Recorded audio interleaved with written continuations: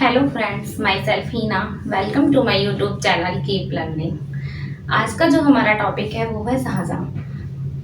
हमारी जो सीरीज चल रही है वो मध्यकालीन भारत की जो हमारी सीरीज चल रही है उसमें हम मुगल साम्राज्य के विषय में पढ़ रहे हैं, जिसमें मुगल साम्राज्य के जो पहले शासक हुए हैं बाबर, उनके पुत्र हुमायूं, अकबर, जहांगीर, इनके बारे में हम अपने पहले वाले वीडियो में पढ़ चुके हैं। आज के वीडियो में हम पढ़ेंगे मुगल साम्राज्य के उत्तराधिकारी शाहजहां के विषय में। तो अपना टॉपिक हम स्टार्ट करते हैं। शाहजहां है, इनका शासनकाल 1628 से 1658 ईस्वी तक रहा। कब से कब तक इन्होंने शासन किया? 1628 ईस्वी से लेके 1658 ईस्वी तक इन्होंने शासन किया। पहले हम इनके बारे में कुछ पढ़ लेते हैं कि इन्हें बचपन में क्या कहकर पुकारा जाता था, बाद में इनका शाहजहां का नाम कैसे पड़ा, इनकी माता कौन थी, इन सब चीजों के बारे में थोड़ा सा हम जानकारी प्राप्त कर लेते हैं। तो ये जो शाहजहां है, इनका जो प्रारंभिक नाम था वो खुर्रम था। खुर्रम के नाम से इन्हें जाना जाता था। और ये जो पुत्र थे वो किसके थे? जहांगीर के पुत्र थे। और इनकी जो माता थी उनका नाम था जगत गोसाई। ये जो जगत गोसाई इनकी माता थी, ये एक राजपूत थी, राजपूत परिवार से बिलोंग करती थी। मेवाड़ के राजा उदय सिंह की पुत्री थी। ये मेवाड़ के राजा थे उदय सिंह, उनकी पुत्री थी जगत गोसाई, और उनके गर्भ से पैदा हुए खुर्रम पैदा हुए। और खुर्रम का बाद में नाम पड़ता है शाहजहां। इनका नाम कैसे पड़ता है? शाहजहां। जो इनके पिता होते हैं जहांगीर, यह इन्हें अहमदनगर पर अधिकार करने के लिए भेजते हैं। किसको भेजते हैं? खुर्रम को वहां पर भेजते हैं, और यह वहां पर अपना अधिकार कर लेते हैं खुर्रम। और इससे क्या है, इनके पिता प्रभावित हो जाते हैं कि अहमदनगर राज्य को अपने मुगल साम्राज्य में सम्मिलित कर लेते हैं, जिससे प्रसन्न होकर इनके पिता ने इन्हें खुर्रम को शाहजहां की उपाधि दी। तो ऐसे करके खुर्रम का नाम अब क्या पड़ गया है? शाहजहां। तो आज हम पढ़ते हैं शाहजहां के बारे में। इनकी जो पत्नी थी उनका नाम था अर्जुमंद बानो बेगम। इनका विवाह हुआ था अर्जुमंद बानो बेगम, जिन्हें मुमताज महल के नाम से भी जाना जाता है। इन्हें शाहजहां द्वारा अर्जुमंद बानो बेगम को एक उपाधि दी गई थी। वह उपाधि क्या थी? मल्लिका ए जमानी। मल्लिका ए जमानी किसको दी गई थी उपाधि? शाहजहां द्वारा अपनी पत्नी अर्जुमंद बानो बेगम को। अर्जुमंद बानो बेगम को शाहजहां द्वारा ये उपाधि दी गई थी। शाहजहां द्वारा यह उपाधि दी गई थी। ये उपाधि हमारी क्या है? मल्लिका ए जमानी, या फिर इन्हें मुमताज महल के नाम से भी जाना जाता है। जो ताजमहल इनकी याद में इन्होंने बनवाया था, तो सभी लोग यही जानते हैं कि मुमताज महल की याद में ताजमहल का निर्माण शाहजहां द्वारा करवाया गया था। ये जो मुमताज महल है, यही कौन थी? अर्जुमंद बानो बेगम थी, इन्हीं का नाम था। शाहजहां द्वारा यह उपाधि दी गई थी। उपाधियां ना हमें मेनली याद करनी पड़ती हैं, क्योंकि पेपर में पूछ लिया जाता है कि अर्जुमंद बानो बेगम को शाहजहां द्वारा क्या उपाधि दी गई थी। तो दोनों उपाधि इनकी याद करनी है। एक तो इनको मल्लिका ए जमाने की उपाधि दी गई थी, या फिर इन्हें मुमताज महल के नाम से भी जाना जाता था। शाहजहां का जो राज्य अभिषेक था वो हुआ 1628 ईस्वी में। लेकिन इससे पहले वाली हमने वीडियो में पढ़ा था कि शाहजहां के पिता जहांगीर की मृत्यु कब हो गई थी? 1627 ईस्वी में। 1627 ईस्वी में इनकी मृत्यु हुई, लेकिन 1627 ईस्वी में शाहजहां का राज्याभिषेक नहीं हुआ, जिसके पीछे का कारण कुछ इस प्रकार था कि जिस समय इनके पिता की मृत्यु हुई उस समय जो शाहजहां थे वो यहाँ पर मौजूद नहीं थे। मतलब आगरा में वो नहीं थे। आगरा में इनके पिता की मृत्यु होती है, उस समय वो वहां पर नहीं थे। तो दरबार के जो अधिकारी थे उन्होंने इनके जो बड़े भाई थे खुसरो के बारे में पढ़ा था ना हमने इससे पहले वाली वीडियो में, जिसको उनके पिता द्वारा ही मृत्युदंड दे दिया जाता है। आगरे के किले में उन्हें बंदी करवा दिया जाता है, क्योंकि वह अपने पिता का विद्रोह कर रहे होते हैं। तो ये जो खुसरो थे उनका एक पुत्र था दावर बख्श।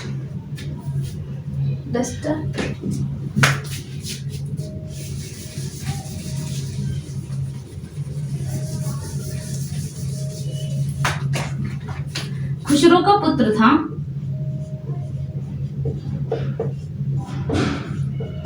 खुसरो का पुत्र था जिसका नाम क्या था? दावर बख्श। 1627 में अधिकारियों द्वारा इसे बादशाह बना दिया जाता है।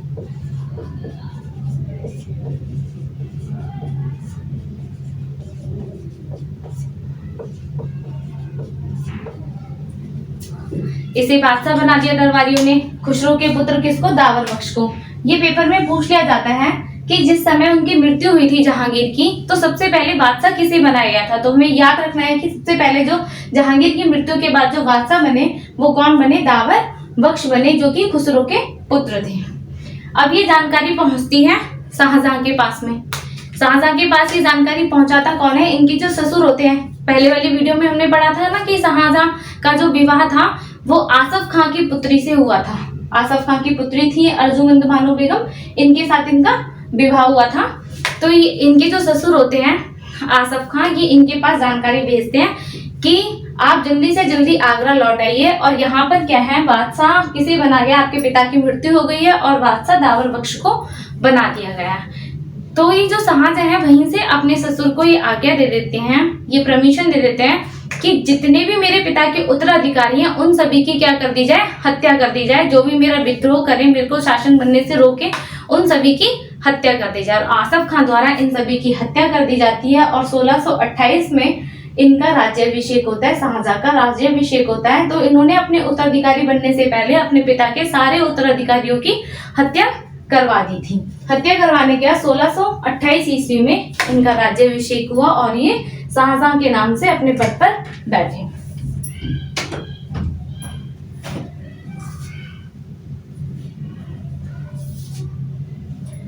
इनकी जो संतान थी वो टोटल 14 संतान इनकी हुई।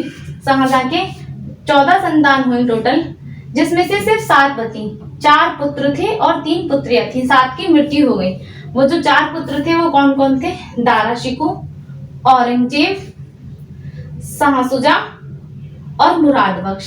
ये तो चारों इनके पुत्र थे और 3 इनकी पुत्रियां थी, जहांआरा, रोशनारा और गौहरनारा। ये इनकी सबसे बड़ी पुत्री थी। शाहजहां की सबसे बड़ी पुत्री थी जहांआरा। जहांआरा से जो शाहजहां थे वो बेइंतहा मोहब्बत करते थे, मतलब बहुत ही ज्यादा अपनी इस बेटी को बहुत ही प्यार करते थे। जब इनके बारे में हम आगे भी पढ़ेंगे कि जब इनकी मृत्यु हो जाती है, इनकी पत्नी की मृत्यु हो जाती है, तो उस समय जब इनकी पत्नी जगत गोसाई की मृत्यु हो जाती है, अर्जुमंद बानो, शाहजहां की पत्नी अर्जुमंद बानो की जब मृत्यु हो जाती है, तो उस समय में अपने पिता को संभालने वाली इनकी बेटी जहांआरा थी। उन्होंने पूरी तरीके से अपने पिता को संभाला, उस गम से निकाला और अपने पिता के हर फैसले में, जितने भी उनके शासन से रिलेटेड जितने भी फैसले होते थे, जितने भी अधिकार होते थे, वो सभी क्या थे?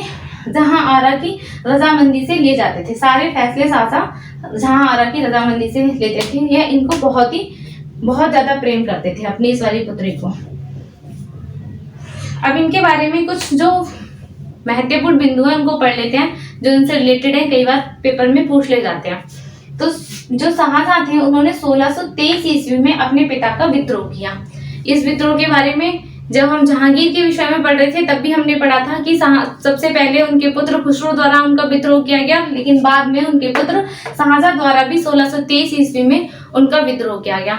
इस विद्रोह का जो मुख्य कारण था वो था कि जो इनके पिता थे जहांगीर, वो अपनी जो बेगम थी नूरजहां, उनसे बहुत ज्यादा प्रभावित थे। अपने सभी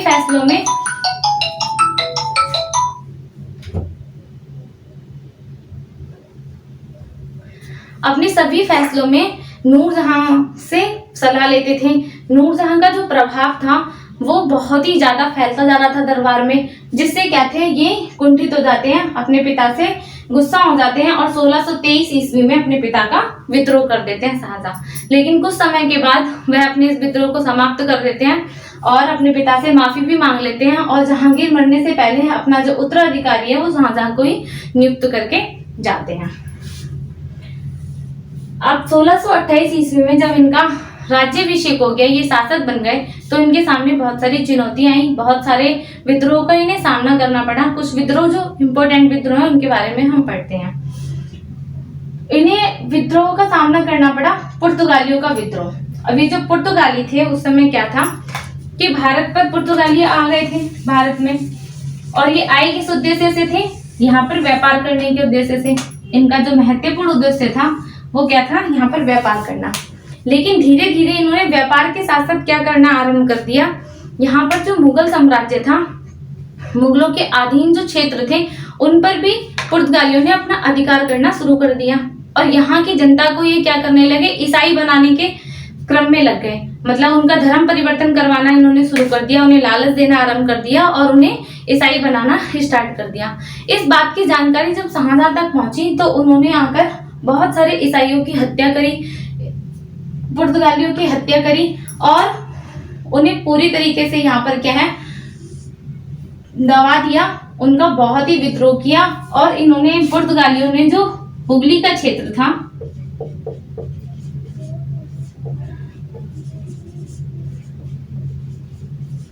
हुगली पश्चिम बंगाल का क्षेत्र है, व्यापारिक केंद्र यहाँ पर इन्होंने अपना स्थापित कर लिया था।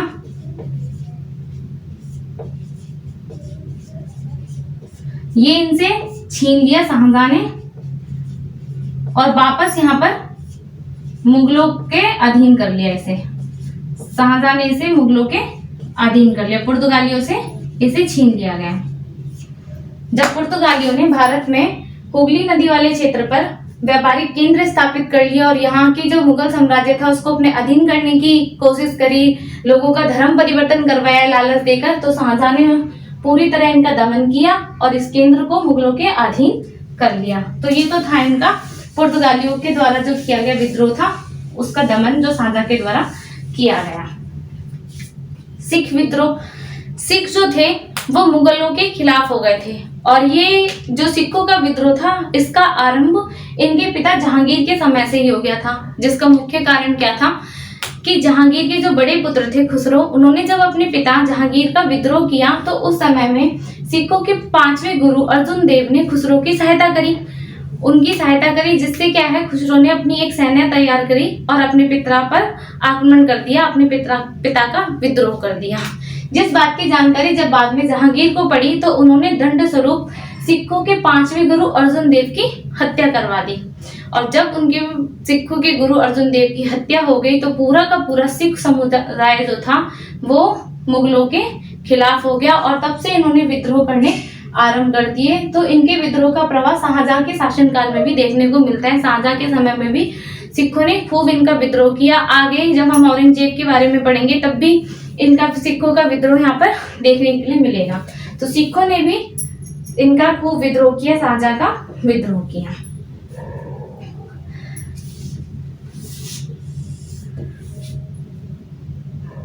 शाहजहां को कोहिनूर हीरा, जब इन्होंने शाहजहां ने अहमदनगर पर अपना अधिकार कर लिया, अहमदनगर दक्षिण भारत का जो क्षेत्र था अहमदनगर अपने अधीन कर लिया,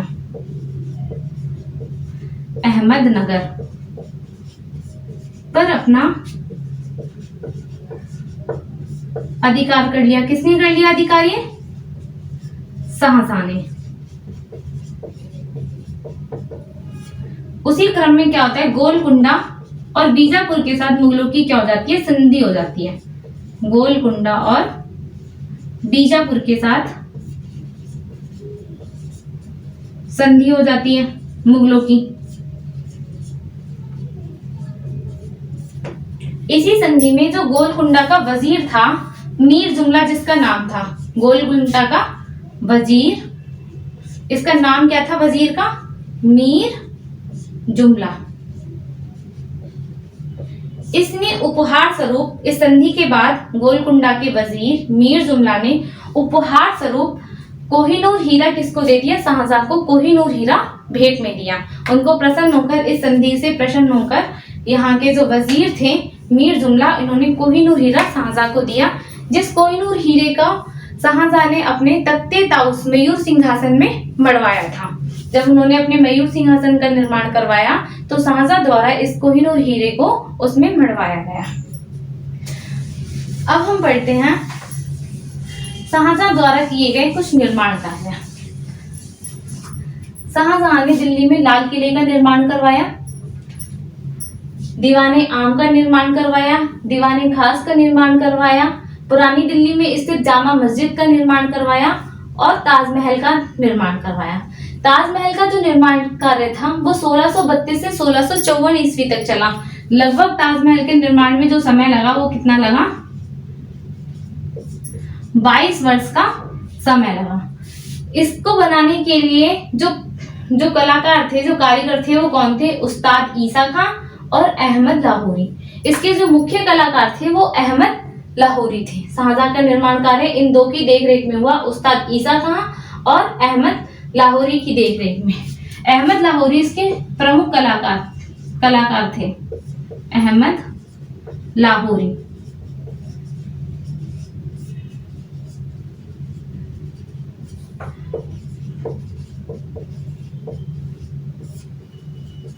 इसे शाहजहां ने नादिर उल अस्त की उपाधि दी। इन्हें किसकी उपाधि दी थी? नादिर उल अस्त की। शाहजहां द्वारा इन्हें, अहमद लाहौरी को नादिर उल अस्त की उपाधि दी गई। ताजमहल के निर्माण में लगभग कितना समय लगा? 22 वर्ष का समय लगा इसके निर्माण कार्य में। और ये शाहजहां ने ताजमहल का निर्माण किसकी याद में करवाया था? अपनी पत्नी अर्जुमंद बानो बेगम की मृत्यु पर। इनकी मृत्यु हो जाती है जब इनको 14वीं संतान होने वाली होती है। उस समय प्रसव पीड़ा के दौरान इनकी मृत्यु हो जाती है और उन्हीं की याद में शाहजहां ने ताजमहल का निर्माण करवाया। कहां पर करवाया ताजमहल का निर्माण? आगरा में। और उसके निर्माण में 22 वर्ष का समय लगा।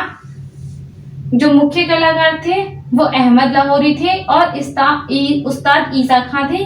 अहमद लाहौरी को शाहजहां ने नादिर उल अस्त की उपाधि दी।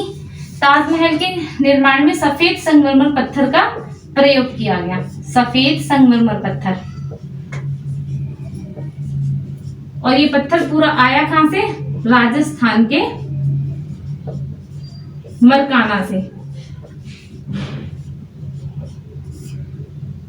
मरकाना से पूरा सफेद पत्थर आया और ताजमहल में लगाया गया। इसके साथ साथ ही शाहजहां ने मोती मस्जिद का निर्माण भी कराया। ये मोती मस्जिद का निर्माण शाहजहां के द्वारा आगरा के किले में करवाया गया। जो मोती मस्जिद है वो दो हैं। एक जिसका निर्माण शाहजहां के द्वारा करवाया गया। शाहजहां ने मोती मस्जिद का निर्माण कहाँ करवाया था? आगरा के किले में। और दूसरी जो मोती मस्जिद है उसका निर्माण औरंगजेब के द्वारा लाल किले में करवाया गया, जिसमें जब हम औरंगजेब के बारे में पढ़ेंगे तब उसके विषय में हम आगे बढ़ते हैं। मोती मस्जिद कहां पर है? ये आगरा के किले में। जो आगरा के किले वाली मोती मस्जिद है इसका निर्माण शाहजहां ने करवाया था, और जो दिल्ली के लाल किले में स्थित मोती मस्जिद है उसका निर्माण औरंगजेब के द्वारा करवाया गया था।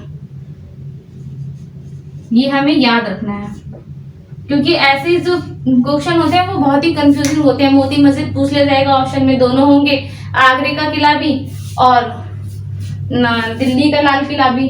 तो अगर हमसे पूछा गया है कि शाहजहां ने कौन सी वाली का करवाया था, तो जो आगरे के किले की। अगर हमसे पूछा गया कि औरंगजेब के द्वारा कौन सी मोती मस्जिद का निर्माण करवाया गया था, तो हम लाल किले वाले ऑप्शन को राइट करेंगे।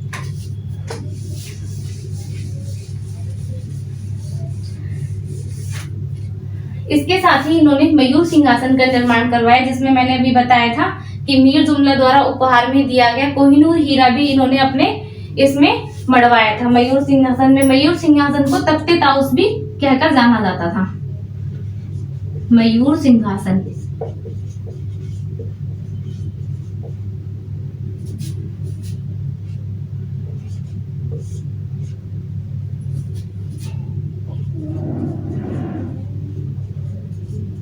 तख्ते ताउस भी से कहा जाता है।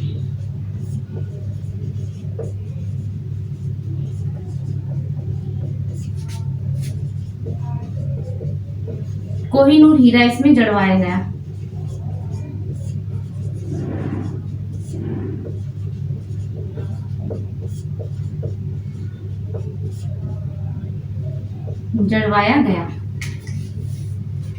इसके साथ साथ ही शाहजहां द्वारा जो अन्य कार्य किए गए, जो पेपर की दृष्टि से बहुत ही महत्वपूर्ण है, उनके विषय में हम पढ़ते हैं। शाहजहां ने PWD यानी कि सार्वजनिक निर्माण विभाग, सार्वजनिक निर्माण विभाग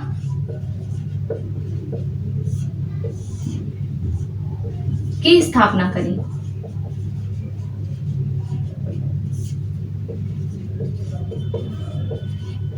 पीडब्ल्यूडी की स्थापना किसके द्वारा की गई थी? शाहजहां के द्वारा पीडब्ल्यूडी की स्थापना की गई थी। सार्वजनिक निर्माण विभाग की स्थापना, पीडब्ल्यूडी की स्थापना शाहजहां के द्वारा की गई थी। इसके साथ साथ ही शाहजहां ने अपने अधिकारियों को प्रत्येक महीने वेतन देना आरंभ किया।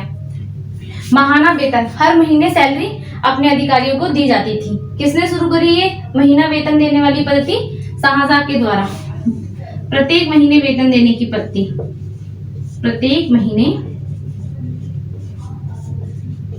वेतन देने की पद्धति शाहजहां के द्वारा आरंभ की गई।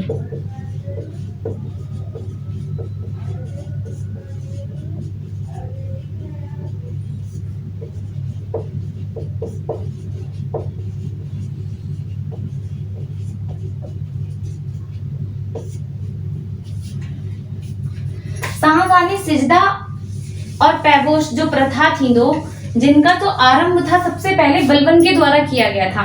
हमने पढ़ा था ना कि सिजदा और पैबोश दो प्रथा थी। सिजदा जिसमें सर झुकाकर प्रणाम, अपने जो राजा हैं उनका मान सम्मान करना, और पैबोश घुटनों के बल झुककर अपने राजा के पैरों को चूमकर उनका सम्मान करना। तो ये जो सिजदा और पैबोश दो प्रथा थी जो बलबन के द्वारा आरंभ की गई थी। लेकिन अगर पूछा जाए कि मुगल काल में ये किसके द्वारा आरंभ की गई थी, तो मुगल काल में इनका आरंभ जो किया था वो अकबर ने किया था। शाहजहां के टाइम पर इनका अंत कर दिया गया, इसलिए इन दोनों प्रथाओं को बंद कर दिया गया। सिजदा और पैबोश दोनों प्रथाओं पर इसने प्रतिबंध लगा दिया, इनका अंत कर दिया गया। अब ये ना तो सिजदा होता था दरबार में, ना पैबोश किया जाता था। इसने तीर्थ यात्रियों पर पुनः कर लगाया। ये जो तीर्थ यात्री कर था, जिसे जजिया कर भी कहा जाता है, ये तीर्थ यात्री कर एक समय पर अकबर द्वारा समाप्त कर दिया गया था। हमने पढ़ा था ना कि अकबर जो था वो हिंदू और मुसलमान एकता स्थापित करना चाहता था। मतलब अपने पूरे शासन में दिखाना चाहता था कि वो दोनों को ये समान अधिकार देता है, दोनों का समान प्रभाव है, दोनों को समान रूप से प्रेम करता है। इसीलिए वो जो इनके बीच में जो तीर्थ यात्री कर था उसका बाद में क्या है, अकबर द्वारा इसका समापन कर दिया जाता है, अकबर इसे समाप्त कर देता है। लेकिन शाहजहां के शासनकाल में इसे दोबारा से लगाया जाने लगा तीर्थ यात्री कर, जो गैर मुसलमानों पर लगाया जाता था। तीर्थ यात्री या फिर बोल सकते हिंदू पर लगाया जाने वाला कर।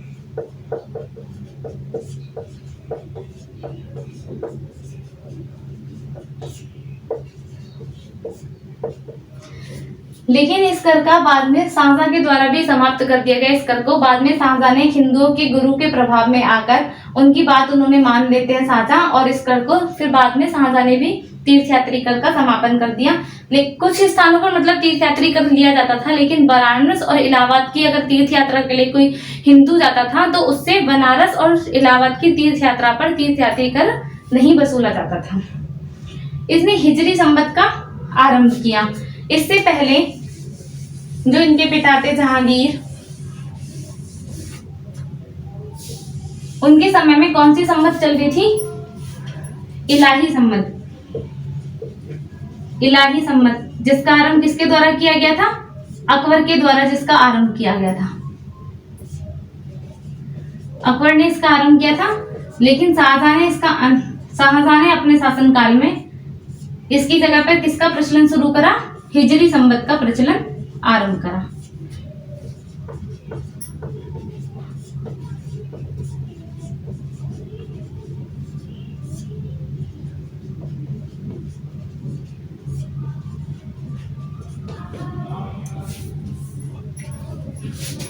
शाहजहां के शासनकाल में फ्रांसीसी यात्री देवनियर भारत आया था।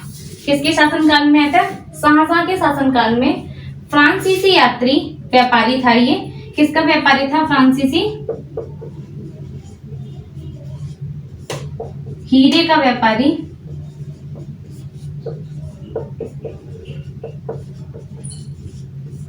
देवनियर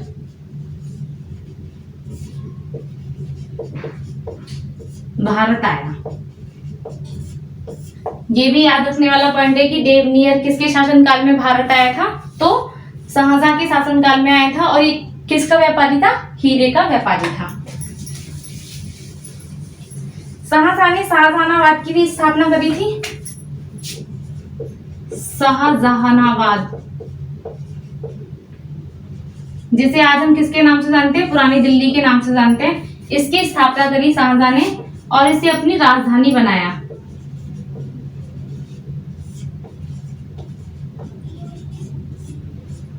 ये प्रश्न भी कई बार पेपर में पूछा गया है कि किसके शासनकाल में आगरा से राजधानी स्थानांतरित करके दिल्ली लाई गई। तो किसके शासनकाल में राजधानी आगरा से स्थानांतरित करके दिल्ली लाई गई? दिल्ली में शाहजहानाबाद, जिसे आज हम पुरानी दिल्ली के नाम से जानते हैं, उसे अपनी राजधानी बनाया शाहजहां ने। राजधानी स्थानांतरित करी थी। कहां से स्थानांतरित करी थी? आगरा से लेकर आया अपनी राजधानी को दिल्ली, इसने अपनी राजधानी बनाया। शाहजहां के दरबार में 2 संगीतज्ञ थे।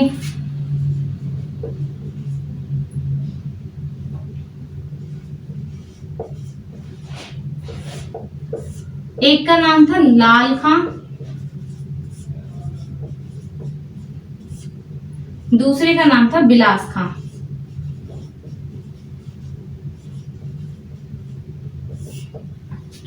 ये जो थे ये तानसेन के बेटे थे।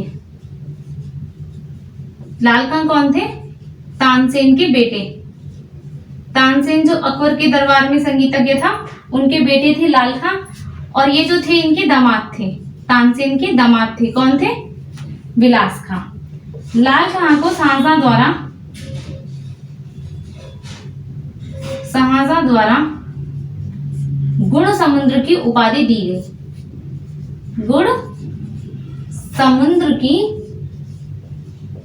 उपाधि दी गई, मतलब जिसमें समुद्र के समान गुणों, इसकी उपाधि शाहजहां ने किसको दी थी? लाल खां को दी थी, जो तानसेन के बेटे थे। और उनके दरबार में दूसरे जो संगीतज्ञ थे, उनका नाम था बिलास खां, जो कि तानसेन के दामाद थे। लाल खां को शाहजहां ने गुण समुद्र की उपाधि भी दी थी। 1666 ईस्वी में शाहजहां की हो जाती है मृत्यु, और इनकी मृत्यु कहां पर होती है? आगरा के किले में। जब इनके बेटे औरंगजेब ने अपने पिता को ही कैद करके कहां पर डाल दिया? आगरा के किले में अपने पिता को कैद कर दिया। उसी कैद के दौरान 1666 ईस्वी में शाहजहां की मृत्यु हो जाती है।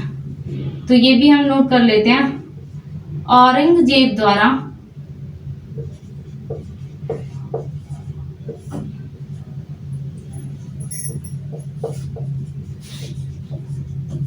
अपने पिता शाहजहां को आगरा के किले में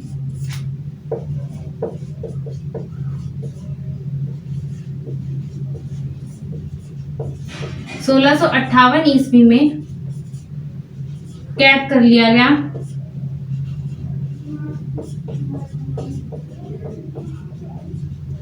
यही 1666 ईस्वी में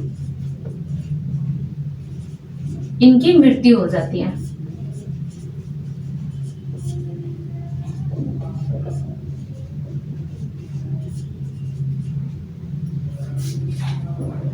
अब शाहजहां के शासनकाल में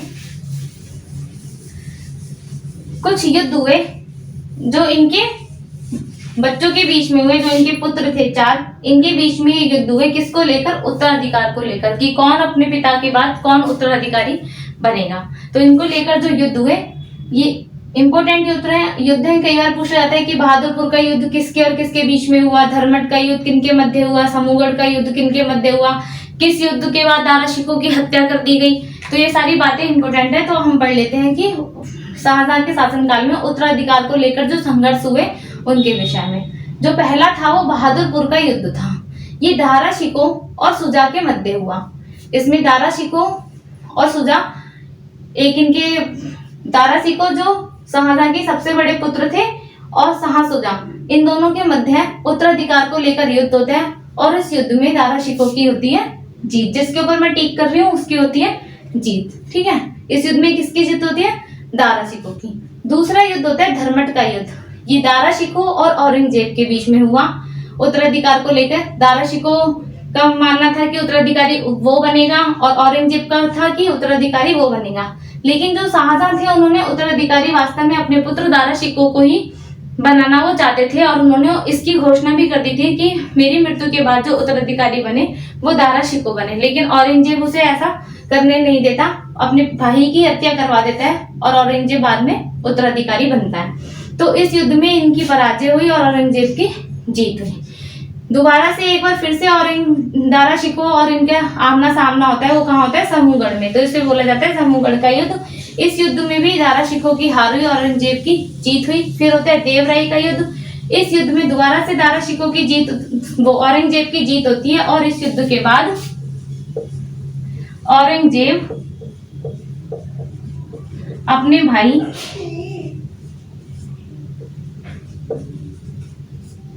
देवराई के युद्ध के बाद औरंगजेब अपने भाई दारा शिकोह की हत्या करवा देता है।